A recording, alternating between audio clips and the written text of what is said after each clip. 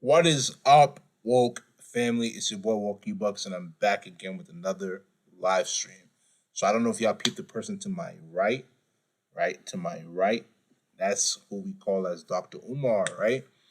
So Dr. Umar, basically in this video today, we're basically going to be reacting to him talking about why, or him reading an article talking about why black marriages might potentially be done for, and why black women should consider marrying white women. And we're gonna get his thoughts, and I'm also gonna give you my thoughts, and then from there we're gonna move accordingly. For what I'm saying, but yeah, let's get into this video, man. But there's an article that came out yesterday, New York Post. While more black women should consider marrying white men. While more black women should consider marrying white men. While more black women should consider marrying white men. While more black women should consider marrying white men. So I want you guys to really pay attention to the spiritual significance of what Dr. Umar is talking about. Why do you think he's repeating the same thing multiple times? When somebody repeats the same thing multiple times, it goes to show you that that person is having an emotional response to what they're seeing. Let's continue. Why more black women should consider marrying white men. It says, two of the most powerful positions in the United States government will be held for the first time by black women. Kamala Harris, Ketanji Brown. Harris, as we all know, is Vice President of the United States.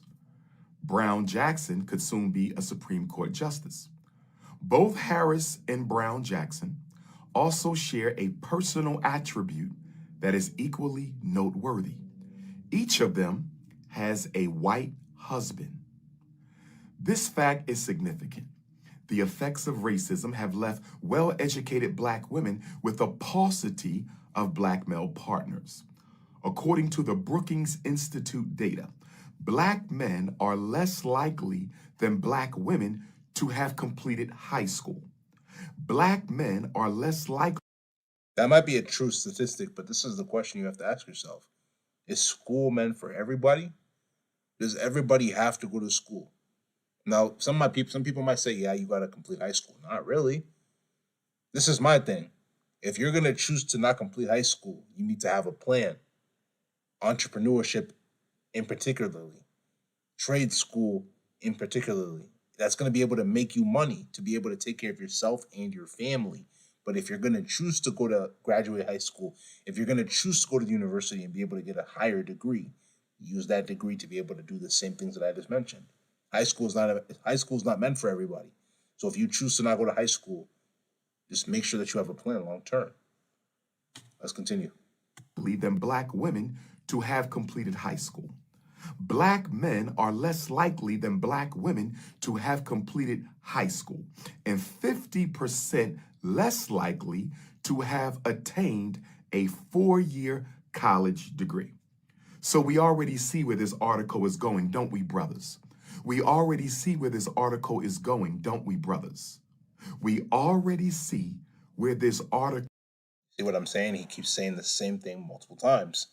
He feels some type of way about it. He's emotional about it. Now, does he have the right to feel that way? 100%. But remember, like I said, the way you come across really plays a point long term into the future. Who cares what the person says in the article, bro? Like, you have to understand, the minute you wake up to the minute you go to sleep, you're going to always have people that are going to try to attack you spiritually, people that try to attack you emotionally, people try to attack you mentally. People are always going to try to attack you or the group that they feel like you best fit into. So the best way to be able to handle that is to stop caring, bro, and continue to self improve. Every single day is an opportunity towards self improvement. Let's continue, man. Is going, don't we, brothers? But let us indulge this falsified narrative. According to the Brookings Institute, black men are less likely than black women to have completed high school, and black men are 50% less likely to have attained a 4-year college degree. Yet, despite the shortage of suitable black partners, black women have also been the least likely of any minority group to marry outside their race. Black women are the least likely of any minority group to marry outside of their race, according to Pew Research. Rather than partner with men of other races, many heterosexual black women either don't marry or marry black men with whom they are not especially well matched. Let me say that again. Rather than marry men of other races, many heterosexual black women either don't marry or marry black men whom they are not especially well matched. And these mismatched relationships, listen to the language they use. Listen to the language of the narrative. They call it mismatched relationships. So if a black woman marries a black man who don't have a college degree, according to the white power structure, she's in a mismatched relationship. And mismatched relationships contribute to African Americans having the highest divorce rate of any racial group. African I'm not gonna say that whoever created the article is wrong, but I'm also not gonna say that they're right. What do I mean by that? If you're an African American male and you choose to not go to school, like I said before, you need to be ambitious and you need to be able to get your money through entrepreneurship.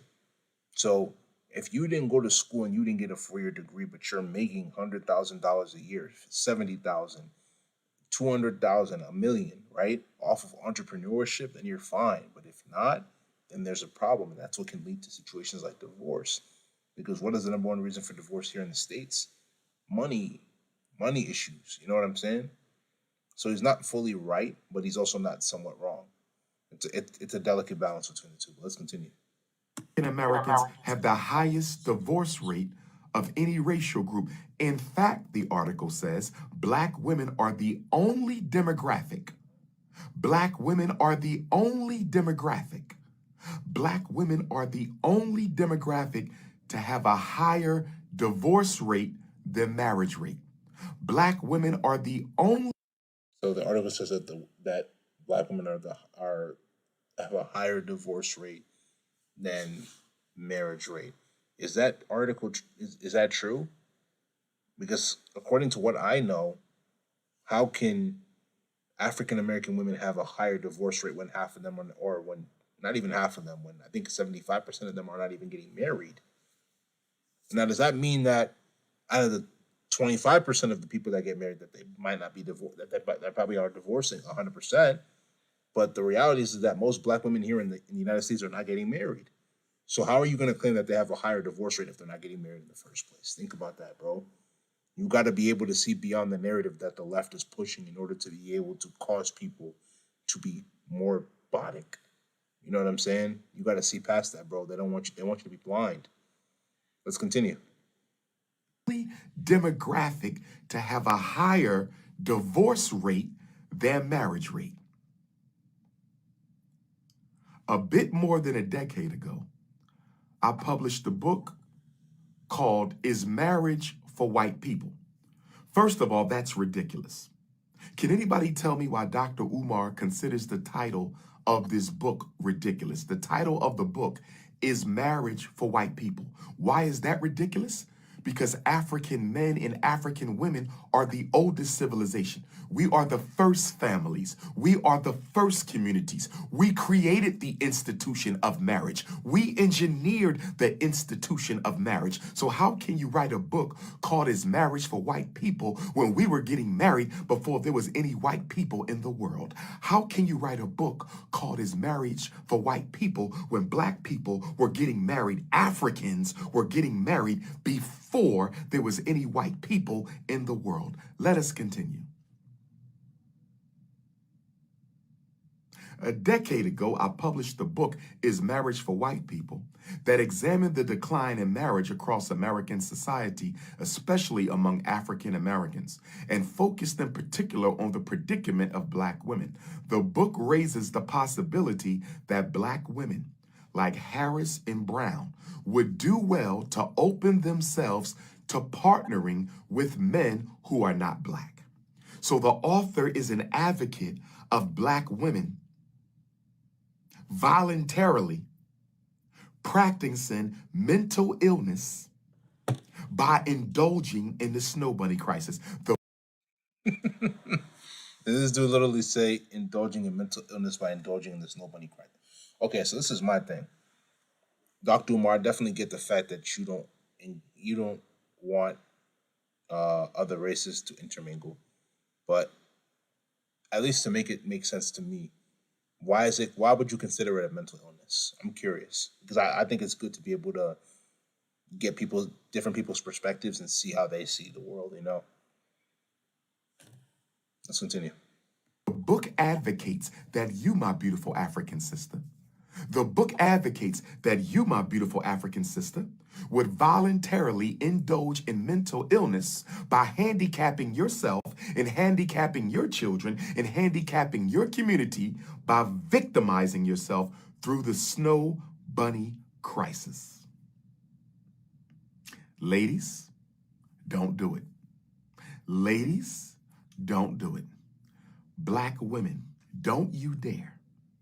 Don't you dare let a Neanderthal crawl up in your heaven and spray his ancestors all inside of your woman cave. I said, black woman, don't you dare let a demon crawl up in your heaven and spray his ancestors all inside your man cave. I said, black woman, don't you dare let a demon crawl up inside of your heaven and spray his ancestors. Lord have mercy.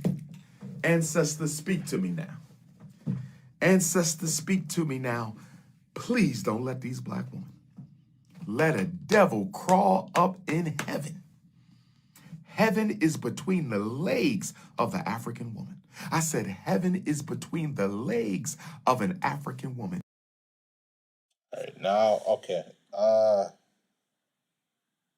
Unfortunately, Dr. Umar, I'm gonna have to call you out on what you're talking about, brother. And it's no hate, but you are pandering now, bro. We don't do that, especially here on this channel.